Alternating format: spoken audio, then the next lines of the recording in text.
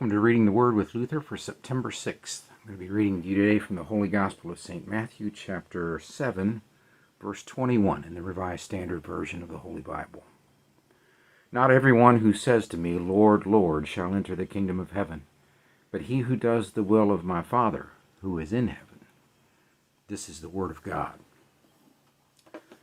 Luther wrote, "If we are to do God's will, we must first know for a certainty what it is, and how to do it. This our own wisdom and thoughts do not teach, or all men, heathen and Turks, could do it as well, and every fanatic would come and pretend that whatever pleases him was God's will.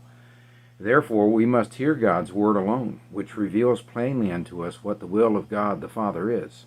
First, that he has sent his only begotten Son into the world to reconcile us sinners unto God by his death, to purify and sanctify us through his blood without our merits.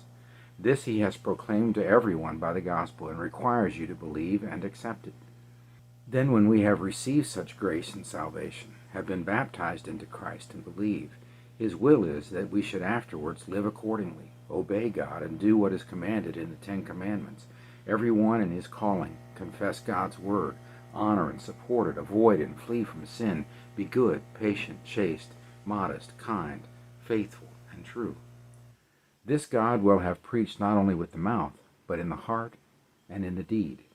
Whoever neglects this, or teaches, believes, and acts contrary, should know that he has not done God's will, and is already judged, that he does not belong to the kingdom of heaven, because he is without faith and love. It will do him no good to boast of Christ as though he were serving him faithfully, preached much and did great wonders. On the other hand, if you earnestly do this will of God, cheerfully hear and believe God's word, honor him, and do good to your neighbor, you can bravely and joyfully say before God, Lord, Lord, and comfort yourself with the kingdom of heaven, which God has given you.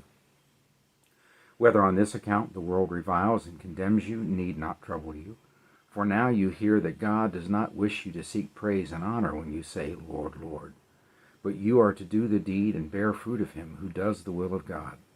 Then measure all doctrine and life with this rule to the praise of God, and you will not be deceived." So some people will tell you that you have to have good works to be saved. Some people will tell you that you are saved through just faith. Just have faith. But Luther is teaching us here the very thing that James is saying, that faith without works is dead. It's not faith at all. That real faith is evidenced by its works. The will of God is that we believe, that we have faith in Christ alone for our salvation, that we do not trust in our own works, but that works will surely follow true faith. Let's pray. Lord Jesus, help us to believe, and out of that belief, do good works through us, Lord, by the power of your Spirit. In Christ's name we ask it, and for his glory. Amen. Thanks for joining me for Reading the Word with Luther today. I hope you'll be back with me again tomorrow.